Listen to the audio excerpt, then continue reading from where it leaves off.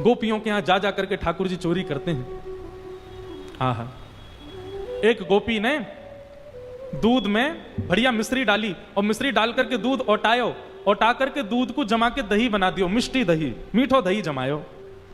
और मीठो दही जमा करके गोपी ने ऐसी जगह रखो कि लाला को मिलेगा ही नहीं। कहां रखो? मटकी रख करके, और वाके ऊपर सुंदर एक बैठवे को मूढ़ा रख के वापस स्वयं बैठ गई। ठाकुर जी आ गए। ठाकुर जी आकर बोला, और भाभी जी कहाँ हेरो है? गोपी बोली, कछु ना हेरो लाला, तू कैसे आए हो यहाँ पे? ठाकुर जी बोले, सुगंधी आ रही है, कहीं पे ऐसा लग रहा है कि चेंटी लगवे वारी है बहुत जल्दी। गोपी बोली, लाला मैंने आज मीठो दही रखो है, लेकिन मैं तू को शर्त लगाऊं, यदि तेने ढूंढ लियो तो सबरो तेरो, और यदि तू नहीं ढूंढ पायो तो आज के बाद वचन दे तू मेरे यहां चोरी ना करेगो। ठाकुर जी बोले, देख हम ते शर्त मत लगावे। गोपी बोली, ना तो ती शर्त लगाऊंगी, यदि तेने ढूंढ लियो तो पूरा दही तेरो, और यदि तू नहीं ढूंढ पायो आज तो आज के बाद मेरे घर चोरी ना करेगो। ठाकुर जी बोले, ठीक है लगी। इतने में ही भगवान ने कहा कि ग्वाल बाल सब संगे है। अच्छा, इतने ट्रेंड हो गए हैं कुछ ही दिनों में कि इशारों से ही समझ जाते हैं सब ग्वाल बाल ठाकुर जी क्या कह रहे हैं। वर्णन करते हैं शुकाचार्य जी, वत्सान मुंचन क्वचित समय क्रोश संजात हास।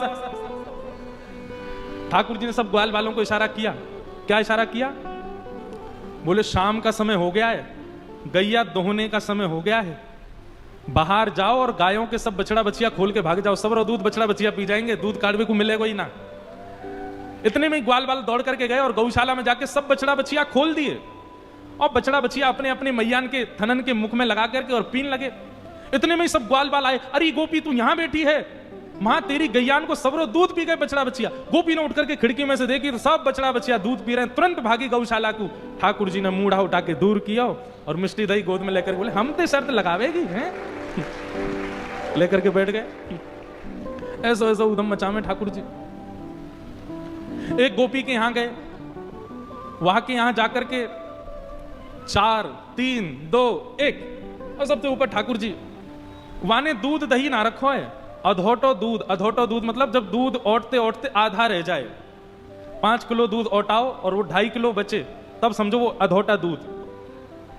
अधोटो दूध रखो मटकी में। ठाकुर जी ने नीचे कंकड़ी मारी और जैसी धार निकलने लगी अपनी ओक में भर के वाकू पीने लगे। और ठाकुर जी की ओक में से जो नीचे छलक रहा है वो सब ग्वाल बाल मुख खोल करके सब ग्वाल बाल पी रहे हैं। इतने में ही गोपी डंडा लेकर के आई और आकर के जैसे ही ठाकुर जी को मारवे लगी, ग्वाल बाल तो सबरे नीचे तो भाग गए, ठाकुर जी लटके रह गए। ठाकुर जी देख गोपी हम गिर जाएंगे नीचे। बोले, यही मारे तो आई हूं, गिर तू नीचे, आज तो पकड़ के ले जाऊंगी। आहा, ठाकुर जी बोले, कहा करूं, कैसे भागूं? सोई ठाकुर जी ने वो छिद्र में से जो दूध निकल रहे हो ना, वहां में नीचे ऐसे मुख लगा करके वो दूध अपने मुंह में भर लियो, और जैसे तैसे ठाकुर जी नीचे आ गए और मुंह फुला के खड़े हो गए। गोपी बोली, ऐसे क्या खड़ा है? गोपी बोली, कहा भयो?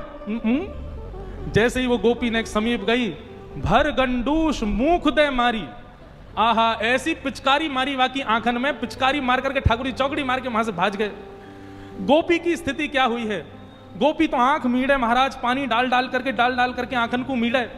सुबह से शाम है गई लेकिन वाके नेत्र धुलनो बंद नहीं भयो। दूसरी गोपी आई, आकर के बोली, हेरी तू सुबह ते आंख धो रही, तेरी आंख लाल पड़ गई, तू काई को ना रुक रही? अरे अब दूध वूध सब साफ है गयो।